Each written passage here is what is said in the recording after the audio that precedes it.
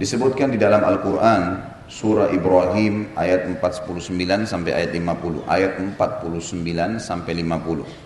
A'udzu billahi minasyaitonir rajim wa taral mujrimina yawma idzin muqarranina fil asfad sarabiluhum min qatiranin wa taghsha wujuhahumun nar.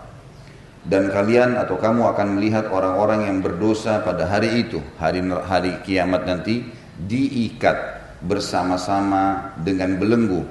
Jadi orang yang masuk neraka diikat, disambung belenggu tersebut untuk diseret dan dimasukkan ke dalam neraka. Pakaian mereka adalah dari pelengking atau ter yang biasa dipakai untuk buat jalan. Ter itu istilah sesuatu yang panas dan bergetah. Pelengking, ya. Maka dikatakan pakaian mereka seperti itu, sesuatu yang panas, bergetah dan melengket di tubuh mereka, dan muka mereka ditutup oleh api neraka. Ayat ini memberikan gambaran kepada kita bagaimana keadaan warna neraka jahanam. Semuanya api, semuanya api. Jadi kalau dikatakan wajah mereka ditutup oleh api neraka, artinya tidak ada celah yang tidak ada api. Ada ruangan misal panas karena di sudut ruangan ada apinya, atau di sekeliling ruangan ada apinya. Kalau neraka jahanam tidak, semuanya berapi. Jadi seperti ruangan yang penuh dengan api lalu seseorang masuk ke dalam, sehingga dia bergerak kiri kanan pun, ya, pelan atau cepat gerakannya tetap akan dihanguskan oleh api itu. Dalam sebuah hadis diriwayatkan oleh Imam Tirmidzi dengan sanad hasan, Abu Hurairah anhu pernah berkata, neraka telah dinyalakan selama 1000 tahun sehingga menjadi merah. Kemudian dinyalakan selama 1000 tahun sehingga menjadi putih. Kemudian dinyalakan selama 1000 tahun sehingga menjadi hitam. Maka ia adalah hitam seperti malam yang gelap. Jadi api itu kalau kita panasin, anggaplah bara ya, bara. Kalau kita biasa lihat arang dibakar, arang itu kalau awal dibakar nanti akan menjadi merah. Coba dibiarin lama-lama, nanti warnanya putih. Ya. Arang itu berubah jadi putih kayak api, tapi kita menganggap mungkin sudah mati, padahal sebenarnya tidak. Panas sekali. Dan kalau dibiarkan lagi, nanti akan menjadi hitam. Api itu kalau sudah terlalu lama, di lilin misalnya menyala, terakhir sekali akan ada warna hitam. Dan itu api yang paling panas. Maka makna daripada hadis ini adalah neraka jahanam panas dan warnanya gelap, hitam, gitu. Karena panasnya api yang sudah dinyalakan di api neraka itu. Di dalam hadis yang lain riwayat Imam Malik dalam kitab Muwatta dengan sanad sahih, Abu Hurairah anhu berkata, apakah kalian menyangka neraka itu merah seperti api kalian? Sungguh ia lebih hitam daripada ter. Ter tadi ya, sesuatu yang bergetah dan kalau melekat membakar, panasnya. Berarti di sini maknanya adalah neraka itu berwarna hitam gelap. Hadis yang lain dalam pasal ini adalah hadis riwayat Imam Ahmad, Darul-Qutni, Al-Hakim dan juga disahihkan oleh Syekh Al-Albani dalam Sahih Al-Jami'. Abu Malik Al-Asy'ari radhiyallahu anhu menuturkan sabda Rasulullah sallallahu alaihi wasallam, ada 4 perkara dalam umatku dari perkara jahiliyah yang tidak bisa mereka tinggalkan. Bermegah-megahan dengan keturunan, selalu bangga kalau anaknya memiliki kelebihan fisik misalnya, atau memang anak ini jadi jalur ayahnya yang terkenal atau ibunya darah biru kalau kita di Indonesia, selalu berbangga-bangga dengan itu. Padahal ini akan memunculkan kesombongan pada diri si anak dan pendidikannya akan rusak nanti. Nah, dia akan tumbuh dalam kondisi merasa dirinya lebih dari orang lain, dan ini tidak boleh. Ini dakwah jahiliyah. Yang kedua, mencaci maki nasab, misal menghina. Seperti ada satu lokasi A, suku A, ada lokasi B, suku B. Suku B menghina suku A. Di Indonesia pun masih ada sampai sekarang itu. Masih ada menganggap suku tertentu, oh suku itu, kesannya kayak dia lebih baik daripada suku itu. Ini semua tidak boleh dalam Islam. Menghina nasab, menghina nasab. Kemudian yang ketiga adalah meminta hujan pada bintang. Menganggap kalau bintang berbentuk dengan bentuk tertentu berarti akan turun hujan, atau memohon-mohon supaya bintang itu muncul. Nah, ini semua termasuk dakwah jahiliyah. Dan meratapi orang yang sudah mati. meratapi orang yang sudah mati. Maksudnya meratapi ini nangis-nangis, terisak-isak, mukul-mukul badannya, mengucapkan kata-kata yang tidak benar. Orang mukmin tidak akan lakukan ini. Karena dia tahu mati itu hanya sebuah pintu di mana seseorang akan menuju ke hidup yang sebenarnya, mendapatkan janji yang telah Allah janjikan. Jadi orang mukmin tidak akan takut mati. Kalaupun ada kerabatnya yang mati duluan, dia tenang saja karena dia tahu tidak hilang. Anak yang meninggal, suami yang meninggal, istri yang meninggal, orang tua yang meninggal, semua itu hanya mendahului kita saja. Tidak ada sama sekali ya seperti yang dibayangkan kalau dia akan tinggalkan misalnya, atau kalau dia akan hilang sama sekali. Ya, dia akan hilang sama sekali. Lalu kata Nabi SAW dalam berupan hadis, wanita yang meratapi kematian jika tidak bertaubat sebelum matinya. Jadi di sini memang kenapa wanita yang disebutkan, karena kebanyakan ibu-ibu yang seperti ini terbawa perasaan. Ya. Secara global, misal anaknya meninggal, misal suaminya meninggal, kecuali yang telah Allah berikan hidayah dengan ilmu syar'i, sehingga mereka faham gitu, bahwasanya meratapi dalam Islam tidak boleh. Kita mungkin netesin air mata, iya. Nabi SAW di dalam hadis Bukhari dikatakan waktu meninggal Ibrahim, netesin air mata, tapi enggak bersuara Nabi SAW, netes air mata. Lalu para sahabat mengatakan, ya Rasulullah, Anda juga sedih? Anda juga menangis gitu? Kata Nabi SAW, iya, ini rahmat yang telah Allah masukkan di dalam hati setiap hambanya. Gitu. Tapi beliau tidak meratapi, tapi itu kenapa dia mati duluan, kenapa begini, kenapa begitu, mengucapkan doa-doa yang berbahaya buat diri dia sendiri. Ya, tidak boleh dia ucapkan, coba saya saja yang mati. Itu semua tidak boleh diucapkan. Karena kata Nabi SAW, jangan kalian doakan keburukan buat diri kalian, keluarga kalian dan harta kalian, karena bisa saja malaikat lewat dan mengaminkan terjadilah seperti apa yang kalian ucapkan. Jadi orang mukmin tahu kalau mati adalah sesuatu ya kelaziman, sebuah pintu yang harus dimasuki oleh setiap orang, dan mati itu hanya akan membuat seseorang yang menuju kepada kehidupan abadinya. Yang penting agama sudah mengajarkan kepada kita, usahakan pada saat meninggal wala tamutunna illa wa antum muslimun. Jangan mati kecuali dalam keadaan Islam. Itu kata kuncinya. Kalau sudah meninggal dalam keadaan Islam pasti bersatu dah. Enggak mungkin terpisah, gitu kan. Asal dia meninggal dalam keadaan Islam dan dia tidak rusak keislamannya, tidak murtad, ya, tidak musyrik, ya, membatalkan keislaman dia, maka insya Allah akan ya ketemu di sana, karena itu tiketnya, meninggal dalam keadaan Islam dan iman. Dikatakan wanita yang meratapi kematian jika tidak bertaubat sebelum matinya, maka ia datang pada hari kiamat dengan memakai pakaian dari pelengking dan baju dari api yang menyala-nyala. Jadi ini maksudnya neraka akan seperti itu keadaannya, penyiksaannya karena api semua, sehingga akhirnya melengket ke tubuh orang-orang yang sedang disiksa. Jadi kita ambil kesimpulan dari pasal kelima, warna neraka jahanam semua dipenuhi dengan api yang sangat panas, saking panasnya sehingga berubah menjadi hitam gelap seperti malam hari. Kalau seseorang masuk ke penjara, Bapak Ibu sekalian, dan penjara ini warna temboknya putih, bersih, lantainya bersih, walaupun di dalam mungkin dia akan disiksa, tidak setakut kalau tempat itu penuh dengan darah berserakan, gelap, ya, dengan suara-suara teriakan orang, pasti akan beda. Syok jiwanya lebih besar, dihukum nanti lebih sakit, ya, seperti itulah, ya. Orang masuk ke rumah sakit, kalau rumah sakitnya bersih, rapi, walaupun dia akan operasi, tubuhnya akan dibedah, masih tenang saja. Tapi kalau orang masuk ke rumah sakit, yang orang di sana yang bocor kepalanya, yang ini lantainya kotor, yang masuk kamar mandi kotor, di sana orang teriak, dia sudah syok kejiwaan terlebih dahulu, sehingga kerepotan sendiri, nanti dia akan susah dioperasi pun, walaupun sebenarnya dia akan dibius dengan diikuti dengan ketegangan. Kondisi bangunan berpengaruh pada kejiwaan seseorang. Makanya nanti pada saat kita bahas surga, kita akan temukan kondisi ini akan diceritakan. Taman-taman yang rapi, udara-udara yang sejuk, buah-buahan yang banyak, pohon-pohon yang rindang, pakaian yang bersih, dan seterusnya.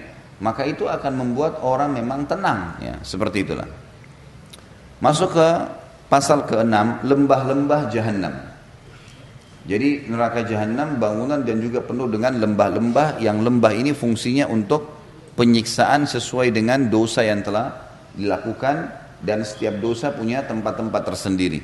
para pezina, para makan riba, para orang durhaka dengan orang tua dan seterusnya, mereka akan digabungin, kemudian mereka akan disiksa.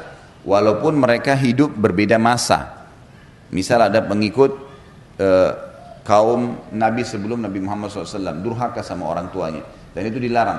Kemudian ada juga umat Muhammad SAW yang durhaka dengan orang tuanya, maka nanti akan digabungin di sebuah lembah khusus untuk penyiksaan mereka saja.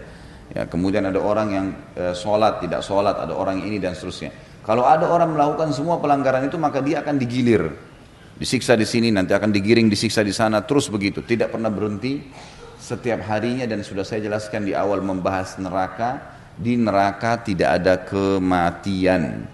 Dalam arti kata, siksa itu akan dirasakan secara kontinu, terus menerus. Ayat Al-Quran yang menjelaskan masalah itu adalah surah Maryam ayat 59 yang diangkat oleh penulis di sini. A'udzu billahi minasyaitonir rajim. Fa khalafa min ba'dihim khalfun adha'us salata wattaba'us syahawat fasawfa yalqauna ghayya. Maka ada orang-orang yang lalai, dia enggak mau belajar agama, dia juga enggak mau jalankan perintah agama, tidak mau belajar, tidak mau juga mengamalkan. Ya. Jadi ada orang yang tidak mau sama sekali hadir majelis taklim, merasa tidak perlu dengar ceramah. Selalu yang ada dalam hidupnya musik, gosip, dan segala macam hal yang berbau dosa. Sehingga akhirnya lahir di tangan mereka generasi yang lebih buruk lagi dari mereka. Kalau bapak ibu sekarang tidak sholat 5 waktu, kira-kira anak-anak kita seperti apa nanti yang dididik? Lebih nggak sholat lagi. Ya. Mungkin bahkan bisa menjadi kufur. Maka Allah mengatakan khusus untuk generasi seperti ini, maka akan datang sesudah mereka orang-orang yang tidak sholat, tidak menjalankan perintah agama, tidak belajar, pengganti yang lebih jelek lagi, yang akan menyia-nyiakan sholat dan memperturutkan hawa nafsu mereka. Maka kelak mereka akan menemukan kesesatan. Kata para ulama tafsir, makna mereka akan menemukan kesesatan, fasawfa yalqawna ghayya, mereka akan dimasukkan dari satu lembah ke lembah yang satunya, lembah satu, lembah yang ke satunya lagi, terus itu digilir karena semua dosa dilakukan oleh dia. Ibnu Mas'ud menjelaskan, Abdullah bin Mas'ud radhiyallahu anhu menjelaskan tentang firman Allah, fasawfa yalqawna ghayya, maka kelak mereka akan menemui kesesatan, yakni sebuah lembah di neraka jahanam yang sangat dalam dasarnya, sangat busuk rasanya, maksudnya baunya, ya, aromanya. Kemudian jadi di sini makna lembah adalah sebuah yang cekung seperti biasa kita tahu lembah, dan di situ khusus untuk penyiksaan. Dalam hadis yang lain, hadis ini disebutkan oleh Baihaqi dengan sanad hasan sebagaimana dinyatakan oleh Al-Mundhiri juga dalam kitab At-Targhib. Kalau yang tadi sebelumnya tafsir surah Maryam ayat 59 diambil dari tafsir Ibnu Katsir dari jilid 3 ayat halaman 128. Hadis yang sekarang kita bacakan adalah Ali radhiyallahu anhu meriwayatkan sabda Nabi sallallahu alaihi wasallam, ta'awwadhu billahi min jubbil hazan aw wadil hazan. Qila ya Rasulullah, wa ma jubbul hazan? Qala wadil hazan. Aw wadil hazan. Qala wadin fi jahannama tata'awwadhu minhu jahannamu kulla yawmin 70 marrah. A'addahu Allahu lil qurra'il mura'in. Berlindunglah kalian kepada Allah dari lembah Al-Hazan. Al-Hazan artinya kesedihan, ya. Lembah kesedihan. Berlindunglah kalian kepada Allah dari lembah kesedihan. Ditanya kepada Nabi SAW, wahai Rasulullah, apakah lembah Al-Hazan itu, lembah kesedihan itu, sehingga kami harus berlindung darinya? Beliau menjawab, sebuah lembah di neraka Jahannam, yang neraka Jahannam sendiri berlindung darinya 70 kali setiap harinya. Ia disediakan oleh Allah untuk para pembaca Al-Quran yang riya. Pembaca Al-Quran yang riya. Saksi bahasan kita, jadi kalau saya rasionalkan begini, kalau ada di antara seseorang, bukan di sini insya Allah, punya luka di tubuhnya yang sudah borok, rusak. Misal sudah menghitam, baunya nggak enak, gatal, ya, sakit, berkumpul semua rasa-rasa di situ. Seseorang di antara kita pasti berharap hilang gitu, ya. Kalau ada luka di tubuhnya, kemudian luka itu misalnya sudah membusuk, sudah bau, ya gatal, segala macam ada di situ. Ya, kadang-kadang ada penyakit seperti ini. Maka orang ini berharap bisa hilang dari tubuhnya, ya, masalah itu. Makna ini, ya makna contoh tadi saya kasih contoh adalah semakna dengan makna sabda Nabi SAW tadi. Jadi di neraka jahanam ada lembah hazan, lembah kesedihan yang disiapkan untuk para pembaca Al-Quran yang riya. Kenapa dikatakan lembah kesedihan? Karena mereka ibadah, tapi masuk neraka, gitu kan? Maka mereka kesedihannya menumpuk di situ. Karena ibadahnya bukan karena Allah, ibadahnya untuk ya manusia. Maka kata Nabi SAW, neraka jahanam sendiri, kayak tadi kita ibaratkan kalau manusia fisik, ya, berlindung kepada Allah 70 kali dari lembah itu. Minta supaya lembah ini tidak ada sebenarnya. Tetapi Allah sudah letakkan di situ. 70 kali neraka jahanam minta berlindung darinya karena busuknya dan rusaknya lembah itu. Sebagian ulama menjelaskan makna daripada neraka jahanam berlindung darinya. Kata-kata berlindung dalam bahasa Arab biasanya berlindung dari banyak hal, ya. Berlindung dari bau, dari rasa, dari ya, interaksi, ya. Dari warna, semua itu masuk di dalamnya. Berarti neraka jahanam sendiri berlindung dari lembah ini. Tinggal kita ingin titik beratkan Bapak Ibu sekalian, ternyata lembah di neraka ada dan setiap dosa akan ada siksaannya masing-masing. Tetapi dalam hadis di sini penulis khusus mengangkat tentang masalah orang yang membaca Al-Quran dan riya. Kalau misalnya orang berzina, orang pendusta, orang yang suka mengambil haknya orang lain, sudah jelas-jelas kesalahan. Kalau yang salah dihukum, wajar. Sekarang kalau orang yang beribadah, baca Al-Quran dihukum. Di sini sengaja penulis mengangkat hadis ini untuk memberikan gambaran kalau orang ibadah saja bisa seperti itu parahnya siksaannya, bagaimana dengan orang yang tidak beribadah. Dan kita ambil pelajaran juga Bapak Ibu sekalian. Ingat, tidak ada untungnya sama sekali. Enggak di dunia, enggak juga di akhirat. Kalau kita melakukan sebuah ibadah karena riya, sama sekali enggak ada untungnya. Apa manfaatnya? Apa yang antum sedang kejar? Pujian orang? Sudah pernah saya bahasakan. Pujian orang itu hanya sepanjang lidahnya. Kamu hebat ya, kamu pintar ya, kamu cantik ya, kamu gagah ya, kamu kaya ya. Apa yang kita dapatkan dari pujian itu? Tidak ada sama sekali. Ingat, kita juga diingatkan oleh Nabi SAW untuk tidak boleh memuji ibadahnya orang. Tidak boleh. Contohnya adalah hadis riwayat Imam Bukhari Muslim. Pernah ada seorang sahabat sholat khusyuk sekali. Masya Allah ibadahnya. Sholatnya khusyuk. Di ujung masjid. Nabi SAW duduk di tengah-tengah masjid. Tempat ya mihrab beliau. Lalu ada satu sahabat di depan Nabi SAW berkata, orang itu luar biasa sholatnya ya. Maksudnya Masya Allah nih. Rukuknya, sujudnya, semuanya khusyuk nih. Kata Nabi SAW, kalau kau ucapkan didengar oleh dia, kau telah membinasakannya. Kau telah membinasakannya. Karena kalau kita puji dia, tadi kamu sholat Masya Allah ya, misal. Kita niatnya sebenarnya baik aja. Karena orang ini memang kita kagum ibadahnya. Maka sudah cukup untuk membuka pintu riya pada dirinya. Ya. Tadi mungkin dia khusyuk, sekarang tiba-tiba syaitan bisikin, tuh kan kamu ketahuan, kamu hebat, kamu begini. Dia iyakan, batal. Ingat kata ulama, riya itu ya bisa berlaku setiap saat walaupun ibadah itu sudah berlaku beberapa tahun yang lalu. Misal gini, kita haji 10 tahun yang lalu, sudah berusaha menjaga nih supaya tidak ada yang tahu, ataupun orang tahu yang sudah pernah haji, alhamdulillah, sebatas itu saja misal ya. Mungkin waktu kita tawaf sempat menangis waktu berdoa kepada Allah, mungkin pada saat di Arafah kita sempat menangis, mungkin kita merasa kenikmatan waktu sujud di depan Ka'bah di Masjid Haram, rasanya nyaman. Selama ini kita kontrol, nggak pernah ceritain ke orang. 10 tahun kemudian ada tetangga atau ada kerabat baru pulang haji, lalu dia bilang, kemarin itu padat sekali tapi enak loh haji itu, misal.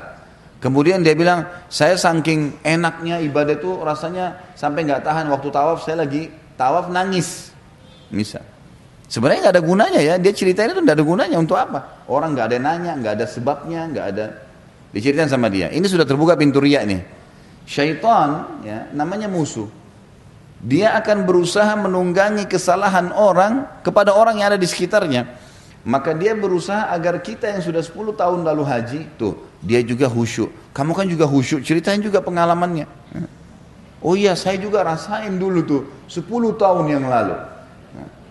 Ini padahal sudah 10 tahun berlalu. Mungkin nggak ria. Sekarang bisa jadi ria tuh. Jadi ria itu bukan hanya pada saat ibadah sedang dikerjain. Jadi jangan Bapak Ibu anggap, oh tadi saya sudah sedekah, ikhlas kepada Allah. Berarti besok bisa saya ceritain. Nggak bisa. Diceritain besok, diceritain tahun depan. Niatnya ria terhapus dari buku amal. Gitu. Jadi usahakan mulutnya dikontrol. Jangan ngomong apapun. Ya. Tidak perlu orang tahu. Lebih baik kita dikenal di langit daripada kita kenal di dunia, di bumi. Di langit semua kenal kita. Malaikat kenal semua orang soleh. Untuk apa di bumi kita dikenal teman-teman sekalian? Dan semua orang yang bisa mengontrol ibadahnya di dunia sehingga ikhlas karena Allah, dipastikan efeknya kepada orang sekitarnya besar. Plus lagi, artinya orang nanti akan dapat petunjuk dari dia saja. Mungkin dia hanya ke masjid, orang tiba-tiba ikut dengan dia ke masjid. Mungkin dia tidak ngomong.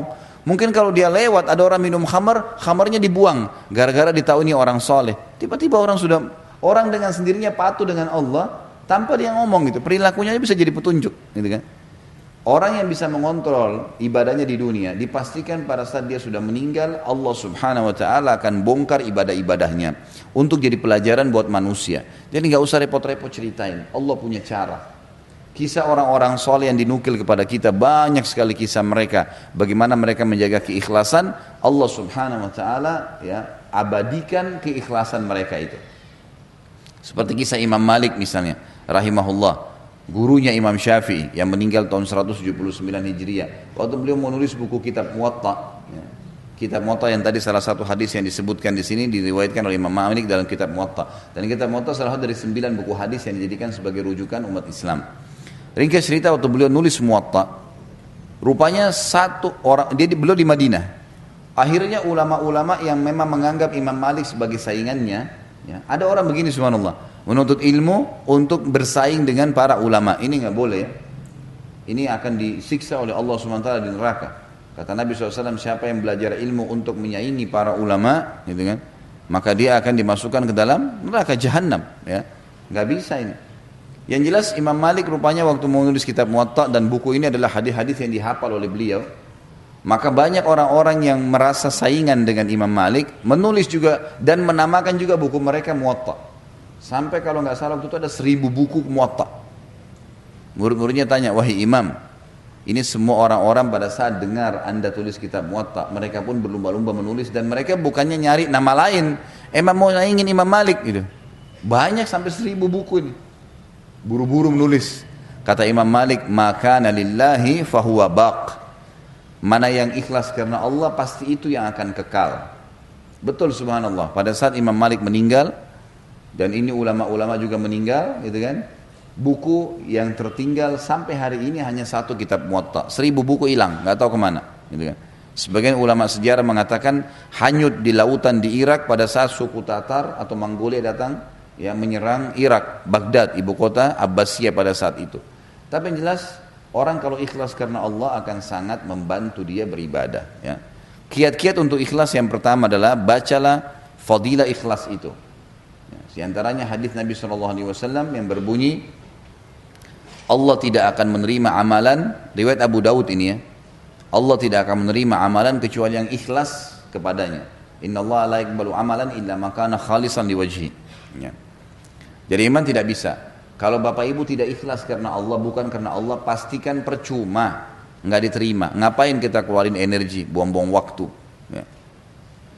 Jadi tidak diterima. Makanya ikhlaskan karena Allah. Memang karena Allah perintahin saya kerjakan. Mau siapapun di sebelah saya nggak pusing. Ya. Ini kiat yang pertama. Kenali fadilah ikhlas, dan memang dia syarat pertama diterimanya amal. Yang kedua, agar ikhlas adalah rahasiakan semaksimal mungkin ibadah-ibadah yang memang bisa dirahasiakan, kecuali yang kelihatan. Ya. Jadi kalau misalnya kita lagi ke majelis taklim begini, emang rame-rame, orang-orang sholat Idul Adha, Idul Fitri, laki-laki sholat Jumat, sholat 5 waktu di masjid, emang harus dilihat. Atau mungkin ada tamu di rumah, kita ajak, sudah azan, ibu-ibu misalnya ada tamu perempuan di rumah, udah azan bu, sholat yuk, nah, kita ajak sholat tamunya, gitu kan. Itu lain, sesuatu yang memang harus ada. Tinggal kita mengontrol ya. Kita mengontrol bagaimana supaya tidak riya. Jadi kalau ditawarin oleh syaitan jangan diiyakan ya. Tuh orang tahu kamu yang ajak kamu dapat pahala, a'udzubillahi minasyaitonirrajim. Karena setiap ibadah akan tersirat riya.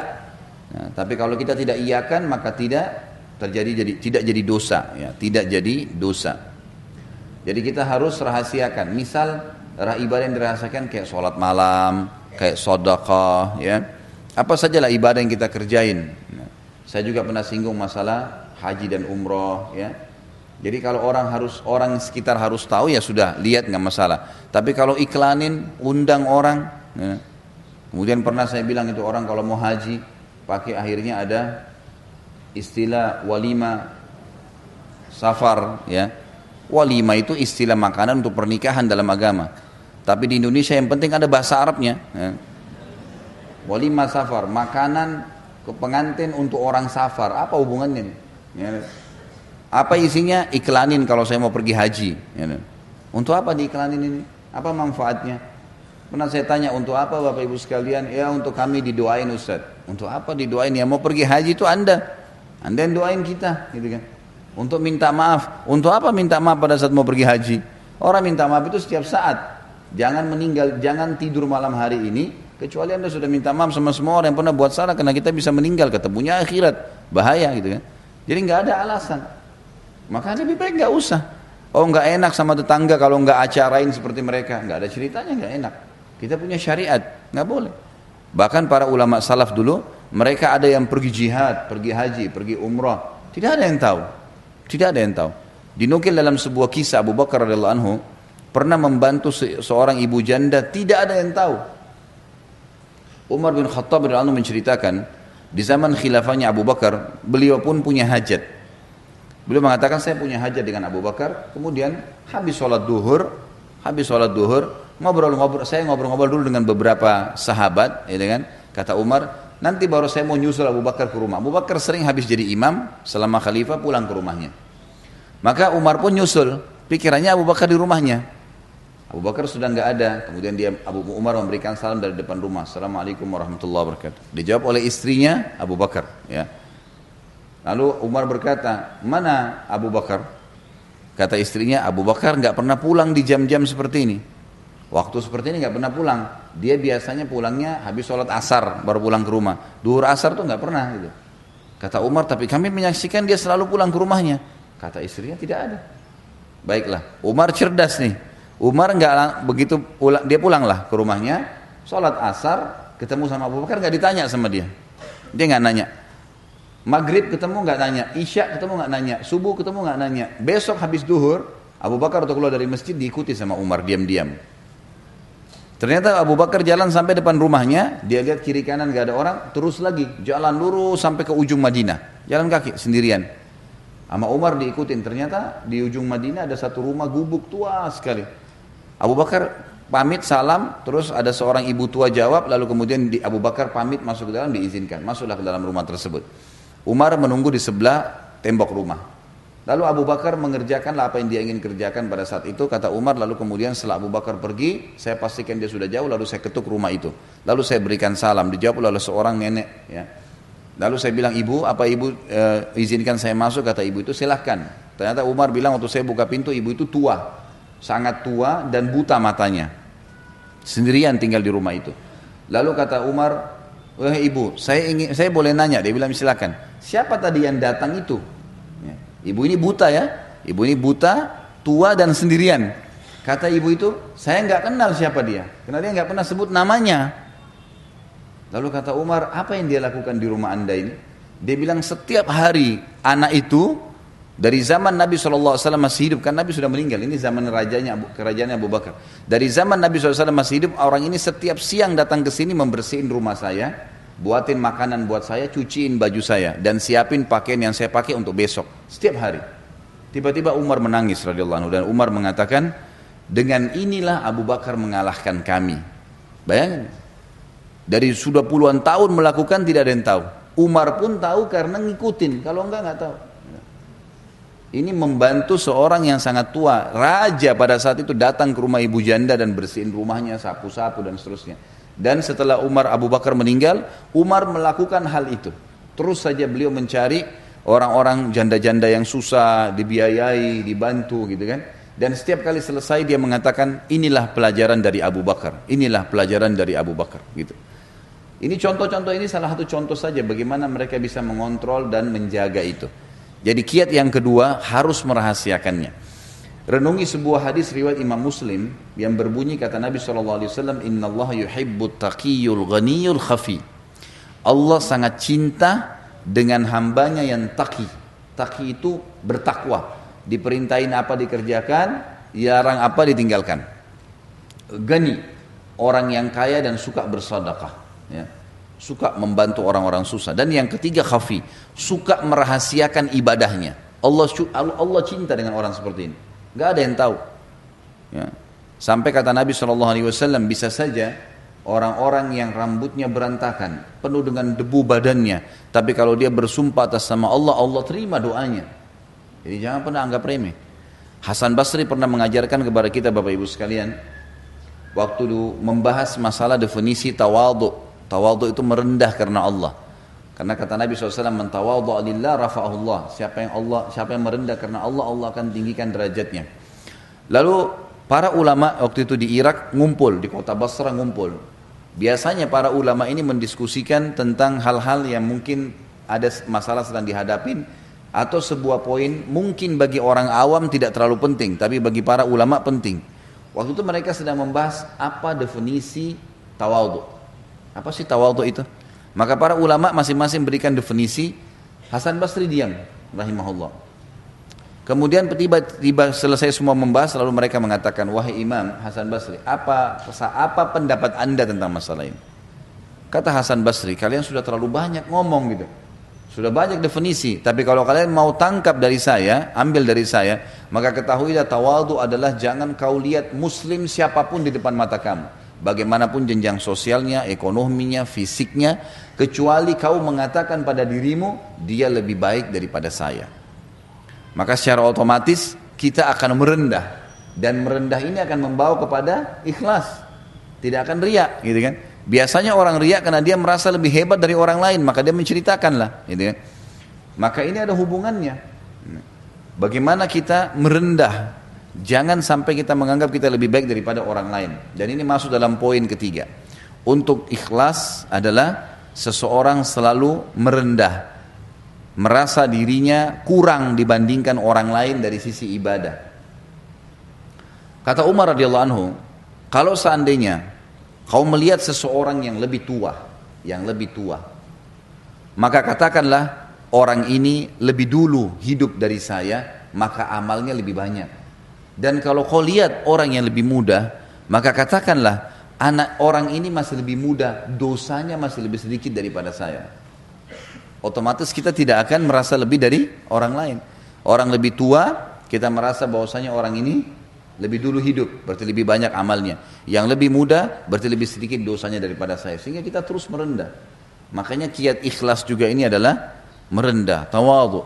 Kita harus merendah, jangan merasa lebih hebat dari orang lain. Ada orang begitu subhanallah, dalam para penuntut ilmu, syaitan masuk di pintu itu, merasa dirinya lebih hebat dari orang lain, gitu kan? Sehingga berat untuk belajar, mau dengar ceramahnya orang lain aja nggak bisa. Gitu. Subhanallah, saya lihat sendiri guru-guru kami dulu di Madinah, sampai saya ambil pelajaran dari mereka. Ada satu syekh dulu namanya Syekh Atiyah, salah satu ulama Masjid Nabawi sudah meninggal rahimahullah. Beliau terkenal sekali dengan pemahaman fikihnya. Jadi kadang-kadang teman-teman mahasiswa ini pada ngumpul di majelis itu. Gitu. Kalau kami lagi duduk, kami lihat sendiri tuh. Ada syekh-syekh sudah doktor ya, sudah ngajar, sudah dosen, bisa dikatakan guru besar di kampus, duduk dalam majelis bersama kami, duduk belajar. Mereka tidak merasa malu duduk bersebelahan dengan muridnya, kalau memang dianggap itu manfaat. Jadi luar biasa gitu. Mereka merendah ya, mereka merendah. Maka ini poin yang juga ya, harus dijaga. Jadi kita sembunyikan yang kedua dan yang ketiga, kita merendah, sehingga kita selalu terkontrol, tidak merasa lebih dari orang lain. Yang keempat, kontrol lisan. Kontrol lisan. Setiap mau ngomong, berhentiin. Gak usah ngomong. Apapun, pokoknya berhubungan dengan ibadah, jangan ceritain. Jangan ceritain. Kecuali memang dalam keadaan-keadaan di mana kita pastikan tidak terbuka celah. Misal Bapak Ibu mau ceritain ke anak-anak, ya, anak-anak biasanya tidak jauh sekali kita dari riya, gitu kan. Nah, nanti sholat ya, ikutin ibu ya, gini loh sholatnya, gitu kan. Kita didik, bapak, ayo nak ikut sama ayah ke masjid ya. Masjid itu fadilahnya besar. Rasulullah SAW bersabda begini misalnya. Maka kita dalam menghadapi anak kita nggak ada riyaknya, ya nggak, bisa ngontrol kan, otomatis ya. Atau kita menasehatin orang tua kita, saudara kita, agar dia meninggalkan satu perbuatan salah.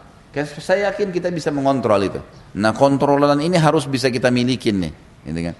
Sebagaimana kita kalau nasihatin anak karena kita sayang dengan dia, maka kalau kita bisa mengontrol itu untuk semua muslim, maka positif, nggak ada masalah, gitu kan. Karena ada memang firman Allah Subhanahu wa taala, fa amma bi ni'mati rabbika fahaddits. Kalau nikmat Tuhanmu boleh kamu bahasakan, hai Muhammad, Nabi Muhammad SAW.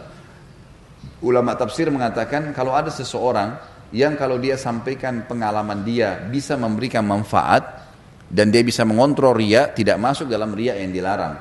Tapi ini memang butuh ilmu iman yang kuat ya. Dia bisa memberikan gambaran-gambaran pengalaman-pengalaman dia yang memang tidak diikuti oleh riya. Jadi jangan juga Bapak Ibu langsung menvonis kalau ada orang yang menceritakan pengalaman dia lalu dianggap orang ini berarti buruk. Enggak. Bisa saja mungkin dia sudah sampai pada level itu.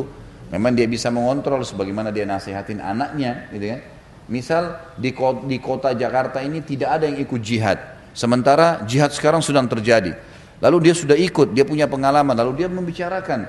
Ini jihad itu begini loh, saya hadir ke sana, saya rasakan begini-begini. Untuk motivasi orang dan dia tahu dia tidak. Memang betul-betul ikhlas agar umat Islam ini ayo bergerak, misal, gitu kan. Maka itu tidak ada masalah. Sama halnya juga kata ulama orang kalau menyampaikan program-program.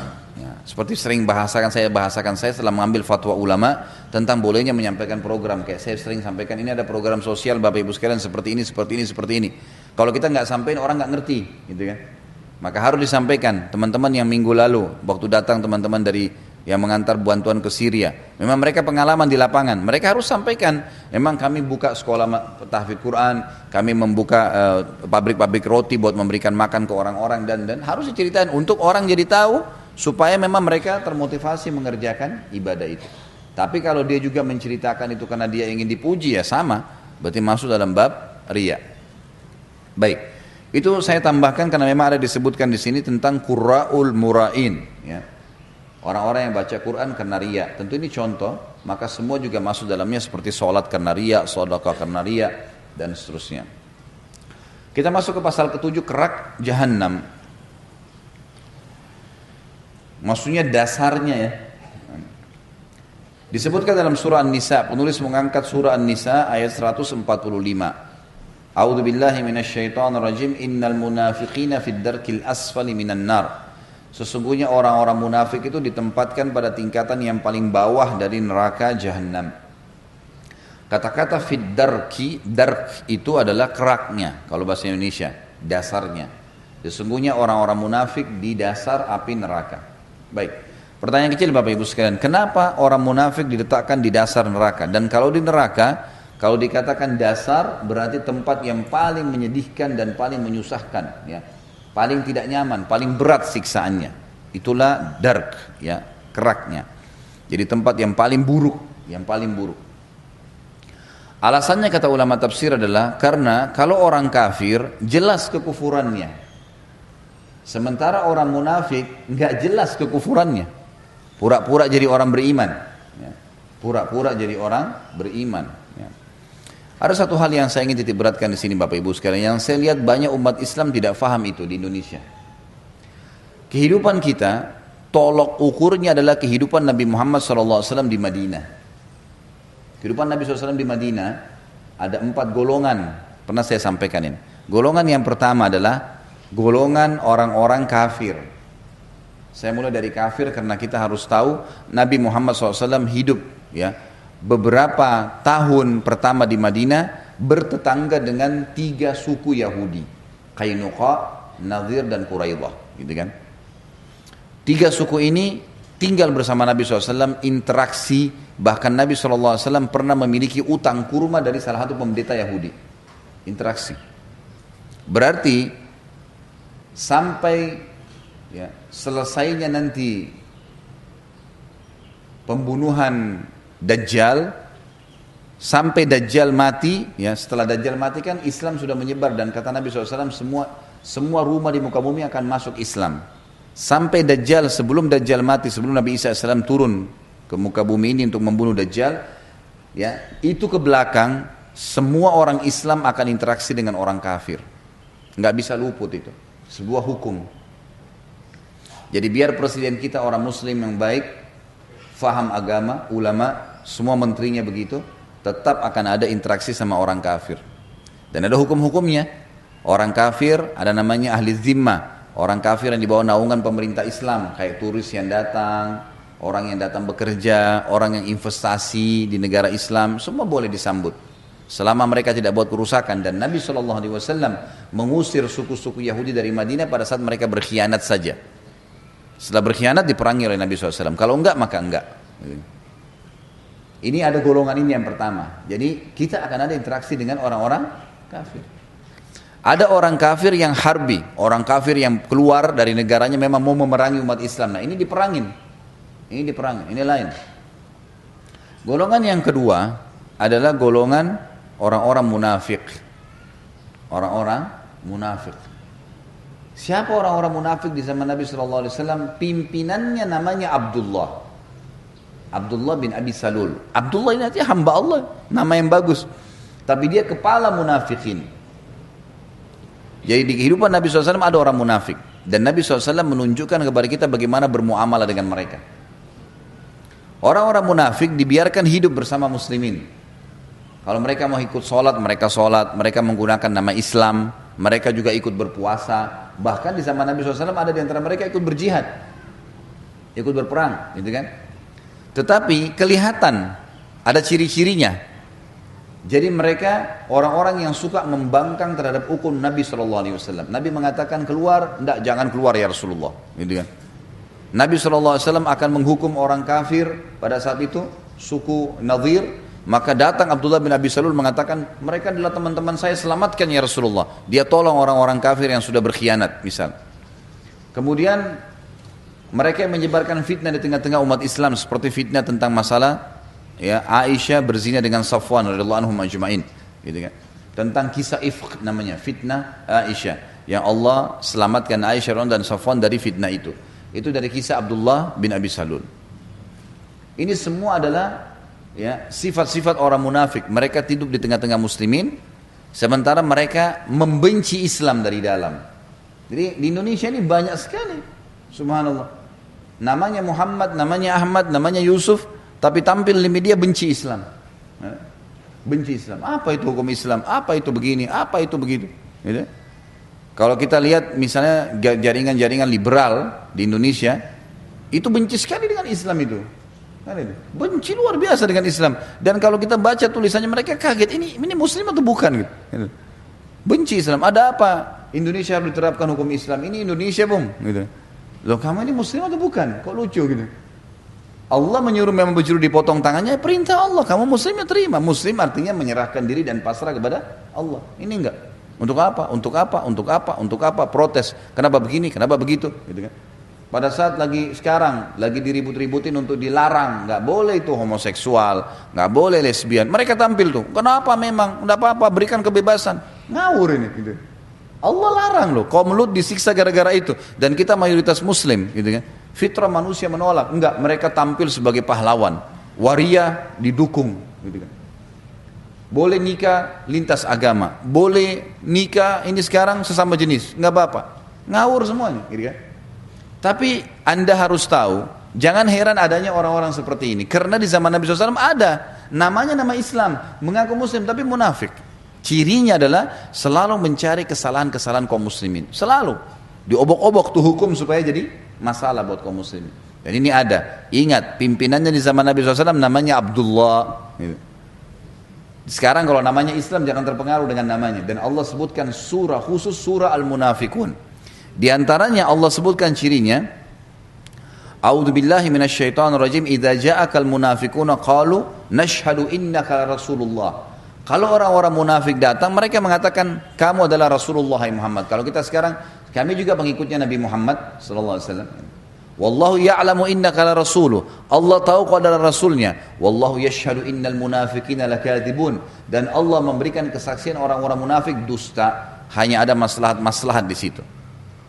Dzalika bi annahum ittakhadhu, mereka mengatakan begitu, dzalika bi annahum amanu tsumma kafaru fatubi ala qulubihim fahum la yafqahun.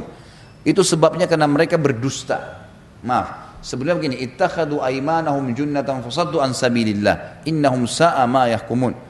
Mereka menjadikan sumpah-sumpah mereka sebagai senjata untuk membenarkan perilaku-perilaku mereka, dalam arti kata juga sampai membenci Islam itu, gitu kan?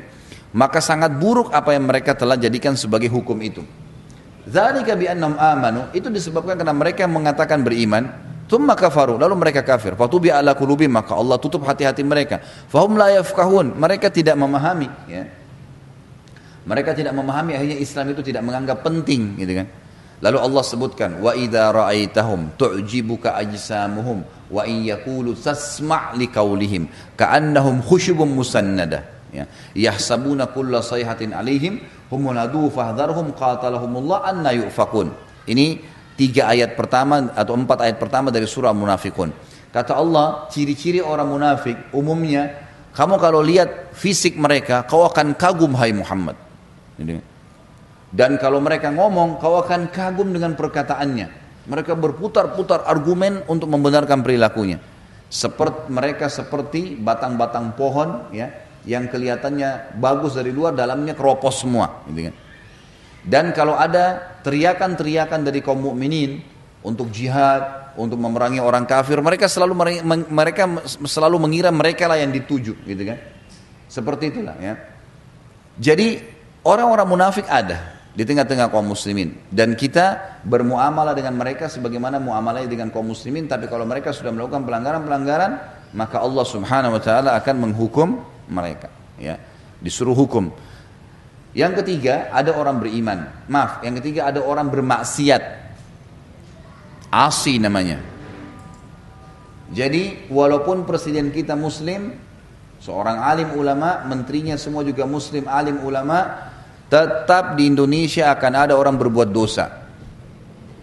Kenapa? Di zaman Nabi SAW ada sahabat yang mencuri dipotong tangannya, ada sahabat yang berzina dirajam, gitu kan? Masa kita lebih baik daripada Nabi SAW? Nggak mungkin lah, ya kan gitu. Berarti akan tetap ada pelanggaran. Sekarang Saudi pakai hukum Islam, nggak ada bioskop, nggak ada karaoke, nggak ada tempat-tempat yang dianggap sudah ada, nggak ada hal-hal yang bisa mengundang maksiat. Kita masuk mall nggak ada musik, perempuan semua pakai jilbab, di mana-mana masjid, gitu kan? Mencuri tangkap, potong tangannya, berlaku hukum Islam. Tapi ada pelanggar, ada kisos. Ada orang berzina dirajam, ada orang yang memburu dipenggal, ada orang mencuri potong tangannya, ada. Berarti memang itu akan ada. Cuman ada kelompok keempat. Kelompok keempat adalah orang-orang yang beriman. Orang-orang yang beriman ini, Bapak Ibu sekalian, akan mendominasi. Itulah kehidupan Nabi SAW dan para sahabat. Mereka menghadapi 3 kelompok. Orang kafir, mereka menghadapi orang munafik, mereka menghadapi orang-orang yang bermaksiat. Tapi mereka yang mendominasi dan hukum Allah yang diterapkan. Maka 3 kelompok ini tidak bisa leluasa menyebarkan kesalahan-kesalahan mereka, diredam. Ini harus kita ketahui. Juga Nabi SAW menyebutkan ciri orang munafik yang harus kita jauhi. Kata Nabi SAW, ada 4 hal kalau ada pada diri seseorang, pastikan dia munafik tulen sampai dia meninggalkan. Lalu kata Nabi SAW, pastikan dia munafik tulen. Dan kalau seandainya seseorang memiliki salah satu dari sifat-sifat ini, berarti dia memiliki bagian daripada sifat kemunafikan sampai dia taubat. Yang pertama, kalau berkata dusta. Orang mukmin tidak kenal dusta, nggak boleh dusta. Katakan kebenaran walaupun pahit. Yang kedua, diberikan amanah berkhianat. Nih ya, saya ceritain sama kamu ya, temannya setengah mati punya masalah, ceritain sama dia. Saya ceritain, jangan ceritain orang lain ya. Baiklah, dia iyakan, sudah penerima syarat nih. Ternyata setelah selesai temannya keluar, dia telepon teman-teman yang lain. Ini saya ceritain tapi jangan ceritain ya. Nyebar kemana-mana. Mana amanahnya nih? Mana amanahnya? Nggak boleh nih. Khianat.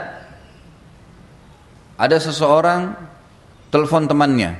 Misal seorang ibu telepon ibu yang lain. Nanti kalau suami saya tanya, bilang saya di rumahmu ya. Oke baik, untuk lindungin temannya. Temannya pergi berzina nih, buat salah. Suaminya temannya telepon, ada istri saya enggak? Oh ada, lagi di kamar mandi. Dusta. Padahal enggak ada. Ini semua enggak boleh. Sudah dusta, khianat lagi. Enggak boleh membantu khianat temannya. Yang ketiga, ya, kalau mereka berjanji suka pungkirin. Ada orang begini sifatnya, setiap hari janji orang, tapi semua enggak benar. Jangan pernah ucapkan janji kalau nggak bisa jalankan, nggak boleh. Ingat hadis Nabi SAW yang mulia, yang pernah saya sebutkan, kalau seandainya seseorang mau menikahi seorang wanita, kemudian si laki-laki ini mengiming-imingkan, saya kalau nikah sama kau nanti saya akan berikan mobil, saya akan kasih rumah, saya akan begini, saya akan begitu. Atau kita balik, perempuan juga berkata, kalau kau nikah sama saya akan pakai jilbab, saya akan sholat, saya akan hafal Quran, saya akan begini. Dan dia tahu dirinya dusta, Allah juga tahu dia dusta, sehingga terhalalkan kemaluannya pasangannya itu. Orang akhirnya mau nikah sama dia gara-gara janji-janjinya. Setelah nikah dia nggak jalankan, maka dia akan bertemu dengan Allah hari kiamat sebagai seorang pendusta, dihukum sebagai pendusta.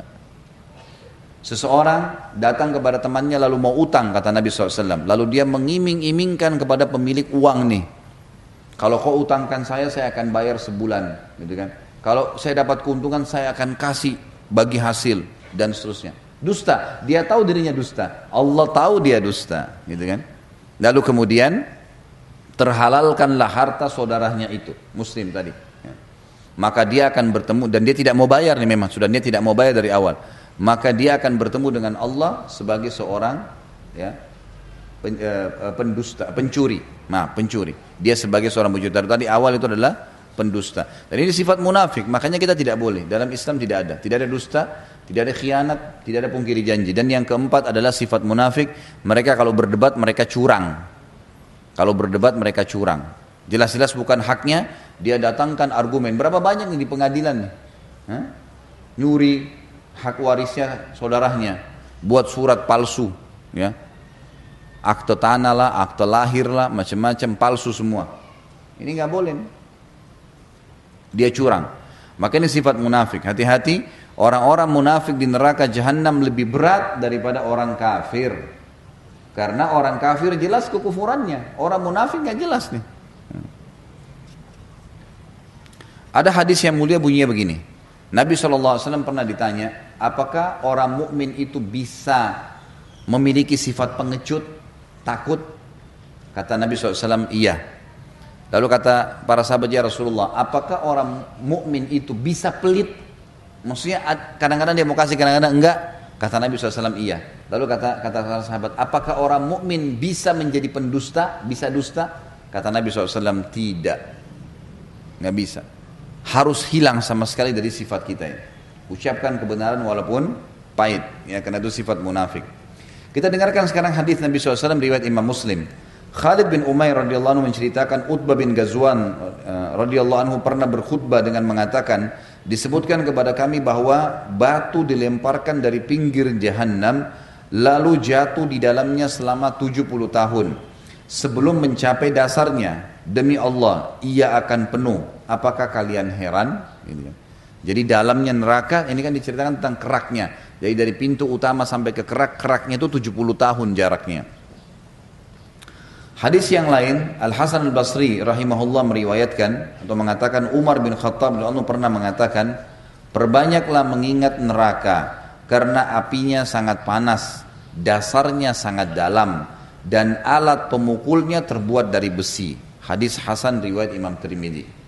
Saksi bahasan kita adalah dalamnya atau dasarnya sangat dalam dan alat pemukulnya besi, ya. Ini juga sebuah hal yang harus kita renungi. Maksudnya seringlah kalian belajar tentang neraka itu, baca, ya. Buku ini saya suruh Bapak Ibu milikin supaya bukan cuma sekedar kita bedah, ya, tapi juga untuk nanti setelah dibedah ditulis manfaat-manfaat yang baru didapatkan dari saya di buku itu, diulangin lagi, dibacain, terutama yang punya anak-anak nih, bacain anak-anak kita itu. Mereka pulang sekolah nih, sebentar ibu tadi belajar ini, ayah belajar ini ayah bacain ya, ibu bacain ya, tadi tentang neraka itu begini loh, begini loh, begini loh. Itu luar biasa efeknya. Apalagi kalau anak-anak kita menginjak masa-masa puberitas, ya, mulai SMP, SMA, itu harus betul-betul ditekankan, diberikan gambaran tentang surga dan neraka, karena mereka saatnya mencerna, Salah pencernaan pada saat itu salah semua ke depan, benar pada saat itu benar semua ke depan. Hadis yang terakhir dalam pasal ini adalah hadis riwayat Imam Muslim dari Abu Hurairah anhu menceritakan, kami tengah berada di sisi Nabi SAW, lalu kami mendengar suara gemuruh. Maka Nabi SAW bertanya, tahukah kalian suara apa itu? Kami menjawab, Allah dan Rasulnya lebih tahu. Beliau menjawab, itu atau ini adalah batu yang dikirimkan Allah ke dalam neraka Jahannam sejak 70 musim. Maksudnya 70 tahun. Dan kini ia sampai di dasarnya. Kesimpulan dari pasal ke-7 adalah ternyata neraka Jahannam dalamnya 70 tahun. Ini bukan penjara yang 1 hektar, ya. Kemudian dijaga oleh polisi-polisi atau penjaga-penjaga yang kejam dari kalangan manusia, tetapi dia adalah dijaga oleh malaikat-malaikat yang keras. Nanti akan ada penjelasan masalah itu. Atau sudah kita jelaskan di pasal pertama tentang surat Tahrim ayat 60 ayat 6. Sekarang kita masuk selanjutnya ke pasal ke-8, rantai-rantai Jahannam. A'udzu billahi minasyaitonir rajim. Inna a'tadna lil kafirina salasila wa aglalan wa sa'ira.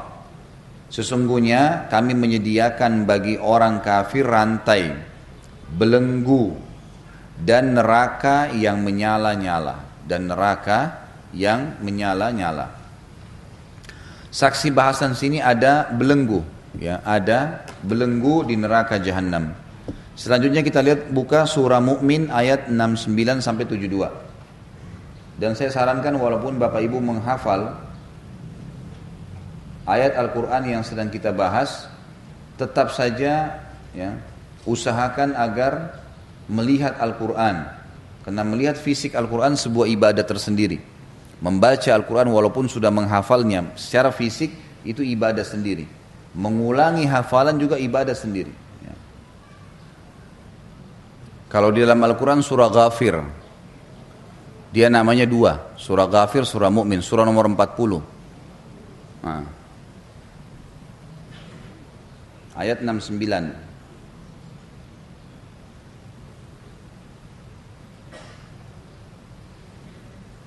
A'udzu billahi minasyaitonir rajim. Alam tara ilal ladzina yujadiluna fi ayatillahi anna yusrafun. Apakah kalian tidak melihat kepada orang-orang yang membantah ayat-ayat Allah, bagaimana mereka dapat dipalingkan? Ada orang yang sudah jelas-jelas kebenaran tetap dia bantah, ya. Allah berfirman, Allah larang, enggak apa-apa. Mungkin maknanya begini, dialihkan artinya. Kata Allah SWT ayat 70, alladzina kadzdzabu bil kitabi wa bima arsalna bihi rusulana fasawfa ya'lamun, yaitu orang-orang yang mendustakan ayat-ayat Al-Quran dan wahyu yang dibawa oleh rasul-rasul kami yang telah kami utus, kelak mereka akan mengetahui. Apa hukumannya? Ayat 71-nya. Idzil aghlalu fi a'naqihim wassalasilu yushabun. Ketika belenggu dan rantai dipasang di leher mereka seraya mereka diseret. Ayat 72, fil hamimi thumma fin nari yusjarun. Mereka akan diseret ke dalam air yang sangat panas, kemudian mereka dibakar di dalam api. Ini saksi bahasan kita ayat 71 sampai 72-nya. Ayat ini menjelaskan kepada kita tentang orang-orang munafik juga sebenarnya, ya. Tentang banyaknya orang yang membantah-bantah ayat Allah, dan itu ciri khas mereka. Membantah semua yang Allah turunkan karena tidak suka saja, atau karena mereka tidak mampu melakukannya atau tidak mau melakukannya. Selanjutnya kita pindah ke surah Al-Haqqah, surah 69. Sudah ketemu? Ayat 25 sampai 32. A'udzu billahi minasyaitonir rajim. Wa amma man utiya kitabahu bishimalihi fayaqulu ya laitani lam uta kitabiyah. Adapun orang-orang yang diberikan kepadanya kitab dengan tangan kirinya, maka mereka berkata, wahai alangkah baiknya aku tidak diberikan kitabku ini. Ayat 26, walam adri ma hisabiyah, dan coba seandainya saya tidak tahu hisabku seperti apa. Ya laitaha kanatil qadiyah, coba seandainya mati dulu yang di dunia itu sudah cukup menjadi penyelesai. Udah, mati udah nggak usah bangkit lagi. Ayat 29, ayat 28, ma agna anni maliyah. Hartaku sekali-kali tidak memberikan manfaat kepadaku. Mana mobil mewah, mana rumah mewah, mana pakaian bermerek, mana tas bermerek. Semua di akhirat sudah tidak ada. Ayat 29, halaka anni sultaniyah. Telah hilang kekuasaan dariku. Tidak ada yang bisa tolong lagi aku pada hari ini. Mana pegawai-pegawainya, mana dayang-dayangnya, mana semua orang-orang yang dulu dibawa naungannya. Ayat 30, khuduhu fagullu. Lalu Allah berfirman, peganglah dia, lalu belenggulah tangannya ke lehernya. Thummal jahima sallu. Ayat 31, kemudian masukkan dia ke dalam api neraka yang menyala-nyala. Ayat 32, thumma fi silsilatin dzar'uha sab'una dira'an fasluku. Kemudian belitlah dia dengan rantai yang panjangnya 70 hasta. Ini saksi bahasan kita, dan kita tambahkan dengan ayat-ayat, beberapa ayat di depannya kenapa mereka disiksa. Innahu kana la yu'minu billahil azim. Sesungguhnya dulu di dunia tidak mau beriman kepada Allah, enggak mau jalanin perintah-perintah Allah. Ayat 34, wala yahuddu ala ta'amil miskin. Dulu juga tidak mau mendorong orang lain untuk memberi makan orang miskin. Falaisa lahul yawma hahuna hamim. Maka pada hari ini tidak ada temannya yang bisa menolong dia. Wala ta'amun illa min gislin. Dan tidak ada pula makanan sedikit pun bagi mereka kecuali dari darah dan nanah.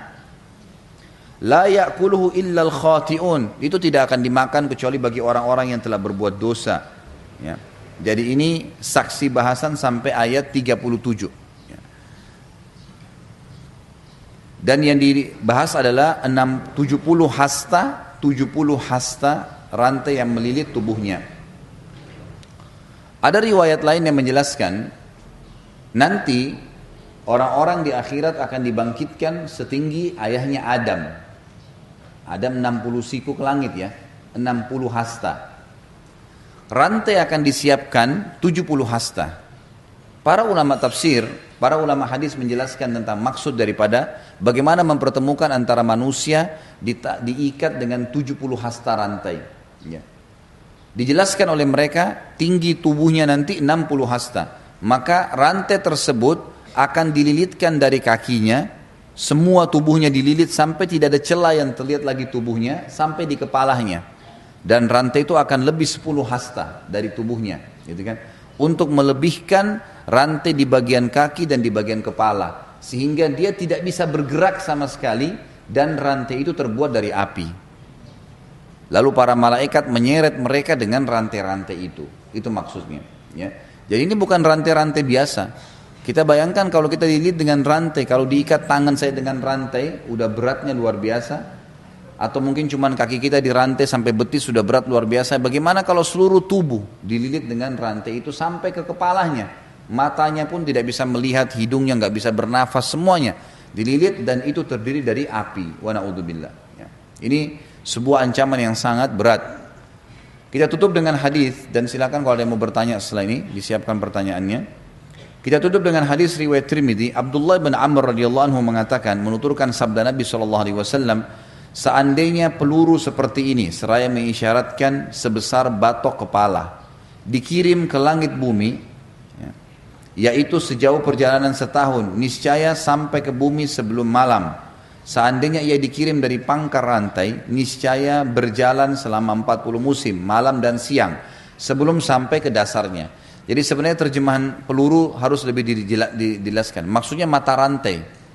Kalau seandainya mata rantai di akhirat nanti yang besarnya seperti batok kepala, satu mata rantainya besarnya seperti batok kepala manusia, ya, dikirim ke langit bumi, maksudnya dilemparkan dari atas langit, yaitu sejauh perjalanan setahun, niscaya sampai ke bumi sebelum malam, ya.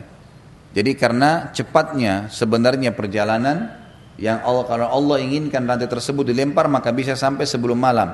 Seandainya dikirim dari pangkar rantai, dari awal rantainya, niscaya berjalan selama 40 musim. Maksudnya kalau ditarik itu 40 tahun panjangnya rantai itu. Malam dan siang sebelum sampai ke dasarnya. Kalau seandainya rantai itu ditarik ulur, maka panjangnya 40 tahun. Kalau mau digabungin dililit, ya, dililitnya itu pun maka panjangnya selama 40 tahun. Kalau mau dikembalikan dililit kembali, ditarik 40 tahun. Kalau mau diputar kembali juga 40 tahun baru bisa berkumpul di sebuah tempat. Jadi sebuah rantai yang sangat besar, yang sangat luar biasa, ya, yang memang sudah pantas sekali seseorang untuk takut dan khawatir.